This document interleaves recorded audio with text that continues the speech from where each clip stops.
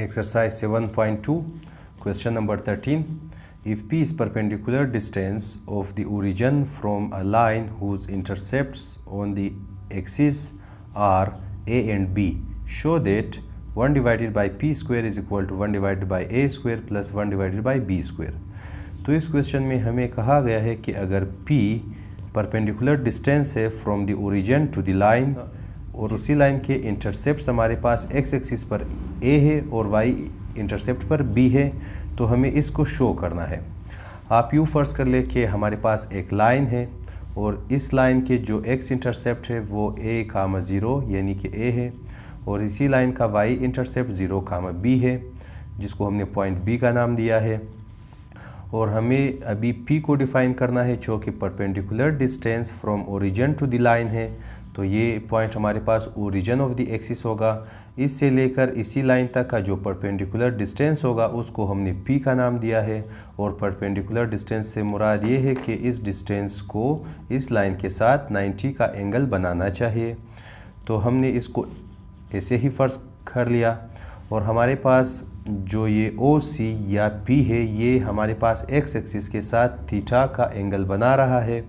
और अगर हम इसी एंगल को थीटा फ़र्ज़ करेंगे तो ये जो ऊपर वाला एंगल होगा ये हमारे पास 90 माइनस थीटा होगा, क्योंकि ये टोटल एंगल हमारे पास क्या है 90 है। अगर ये पार्ट थीटा है तो ये पार्ट 90 माइनस थीटा होगा। अगर ये 90 माइनस थीटा है, ये 90 है, तो इस एंगल को हमारे पास थीटा होना चाहिए। तो इधर हमने यही चीज़ लिखा है कि in the figure point A जो कि A,0 है और पॉइंट B जो कि 0,B है are the X and Y intercepts of the line, जहाँ पर हमने OC is equal to P यानी इस OC को P के बराबर लिया है और ये P हमारे पास perpendicular distance from the origin to the line है, यानी इसी OC का जो एंगल है विद द लाइन हमारे पास 90 का एंगल होगा। तो इधर भी 90 इधर भी 90 होगा और हमने इन दोनों एंगल को थीटा के बराबर फ़र्ज़ कर लिया है। एंगल OCA यहाँ पर इसको हमें COA लिखना चाहिए था। ये चीज़ हमारे पास एंगल COA है is equal to angle OBC is equal to theta. तो COB हमारे पास ये एंगल होगा जिसको हमने थीटा के बराबर फ़र्ज़ कर लिया है और OBC हमारे पास OBC ये इस एंगल को भी हमने थीटा के बराबर फ़र्ज़ कर लिया है। तो अभी हमें इस चीज़ को प्रूफ करना है और इसको हम प्रूफ कैसे करेंगे, हम इन दोनों ट्रायंगल को यूज़ करेंगे और ये दोनों ट्रायंगल हमारे पास राइट एंगल ट्रायंगल्स है। फॉर एग्ज़ाम्पल अगर मैं इन दोनों ट्रायंगल को एक बार इधर ड्रा कर लूँ, एक ट्रायंगल ये है जहाँ पर ये एंगल हमारे पास 90 है, ये P है और ये एंगल हमारे पास थीटा है और यहाँ से लेकर यहाँ तक का जो डिस्टेंस है वो A है। हमने इस ट्रायंगल को यूज़ किया है। तो इस ट्रायंगल में हमारे पास इस 90 के ऑपोजिट जो ये साइड A है इसको हम हाइपोटेन्यूस कहेंगे और ये जो P है ये चीज़ हमारे पास बेस होगा। और ये बेस कैसे होगा, क्योंकि हमने थीटा को अंडर कंसिडरेशन लिया है, तो थीटा के ऑपोजिट जो साइड होगा ये चीज़ हमारे पास परपेंडिकुलर होगा और अगर ये हाइपोटेन्यूस ये परपेंडिकुलर तो ये साइड बेस होगा। और उसके बाद हम इस ऊपर वाले ट्रायंगल को यूज़ करेंगे। तो ऊपर वाला ट्रायंगल हमारे पास कुछ इस शेप का है। यहाँ पर हमारे पास ये एंगल 90 का है और ये जो साइड है ये हमारे पास P के बराबर है और ये एंगल हमारे पास थीटा है और ये जो साइड यहाँ से लेकर यहाँ तक है ये साइड हमारे पास B के बराबर है। तो इधर हमारे पास ये 90 के ऑपोजिट ये जो B है इसको हम हाइपोटेन्यूस कहेंगे और इस थीटा के ऑपोजिट जो ये साइड है इसको हम परपेंडिकुलर कहेंगे।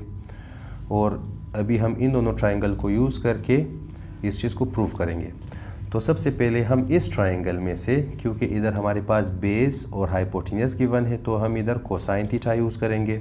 तो इधर हम ये लिख सकते हैं इन ट्रायंगल, हमारे पास ये ट्रायंगल कौन सा ट्रायंगल है OCA, तो हम लिखेंगे इन ट्रायंगल OAC या OCA हमारे पास कोसाइन ऑफ थीटा बराबर होगा पर कोसाइन थीटा हमारे पास बेस और हाइपोटेन्यूस होगा। तो इधर हमारे पास बेस आना चाहिए। तो बेस हमारे पास है P, तो P आ जाएगा डिवाइडेड बाय हाइपोटेन्यूस हमारे पास ए है तो ए आ जाएगा, तो ये चीज़ हमारे पास कोसाइन की वैल्यू। फिर हम इस ट्राइंगल को यूज़ करेंगे, यानी इस ऊपर वाले ट्राइंगल को, और उधर से हम साइन की वैल्यू को निकालेंगे, क्योंकि इस ट्राइंगल में हमारे पास परपेंडिकुलर और हाइपोटेन्यूस गिवन है। परपेंडिकुलर और हाइपोटेन्यूस साइन में यूज़ होगा, तो हम इधर लिख सकते हैं इन ट्राइंगल OCB हमारे पास sine theta is equal to perpendicular divided by hypotenuse, और हमारे पास परपेंडिकुलर की वैल्यू क्या है, P है, तो capital P divided by hypotenuse की वैल्यू B है, तो B, ये चीज़ हमारे पास साइन थीटा की वैल्यू। उसके बाद हमें इस चीज़ को प्रूफ करना है, और इसको हम प्रूफ करेंगे यूजिंग द आइडेंटिटी। और हमारे पास कौन सा आइडेंटिटी यूज़ होगा, ये वाला। एज वी नो, हमें ये चीज़ पता है कि sine square theta plus cosine square theta, ये चीज़ बराबर है 1 के। अभी हम इसमें वैल्यूज़ पुट करेंगे, तो साइन थीटा की value P divided by B आ जाएगा, तो P बाई B का whole square plus cosine square theta, cosine की वैल्यू हमारे पास P बाई A है, तो P डिवाइडेड बाई A का whole square is equal to 1। और इसको हम मज़ीद स्क्वायर को इन पर अप्लाई करके P square divided by B square plus P square divided by A square is equal to 1 लिख सकते हैं। और अभी हम इन दोनों में से P स्क्वायर को लेंगे कामन, तो हमारे पास इधर से 1 डिवाइडेड बाई A स्क्वायर बच जाएगा, plus 1 divided by B square बच जाएगा इज इक्वल टू 1। और अभी हम इस P को राइट हैंड साइड पर शिफ्ट करके डिवाइड में चेंज करेंगे, तो 1 divided by A square plus 1 divided by B square is equal to 1 divided by P square. ये P स्क्वायर इधर मल्टीप्लाई में है, राइट हैंड साइड पर जाकर इस 1 के साथ डिवाइड होगा, तो इसका मतलब 1 डिवाइडेड बाई P स्क्वायर बराबर है 1 divided by A square plus 1 divided by B square. तो इसको हमने शो कर लिया है। तो इस क्वेश्चन नंबर 13 में हमारे पास कहा है कि अगर P perpendicular distance from origin to the line है, और लाइन के जो इंटरसेप्ट्स है वो A और B है, तो हमें इस चीज़ को शो करना है। हमने एक लाइन लिया जिसके इंटरसेप्ट्स A और B है, और हमने इधर से परपेंडिकुलर डिस्टेंस को डिफ़ाइन किया जिसको हमने P का नाम दिया, और इस एंगल को हमने थीटा का नाम दिया, और ये एंगल B थीटा के बराबर होगा। और उसके बाद हमने इन दोनों ट्राइंगल को यूज़ करके कोसाइन थीटा और साइन थीटा की वैल्यू फाइंड आउट की, और उसके बाद हमने इस आइडेंटिटी को यूज़ करके हमने इस चीज़ को प्रूव कर लिया। अगर आप चैनल पर नए हैं, चैनल को सब्सक्राइब करें, वीडियो को लाइक करें और शेयर करें।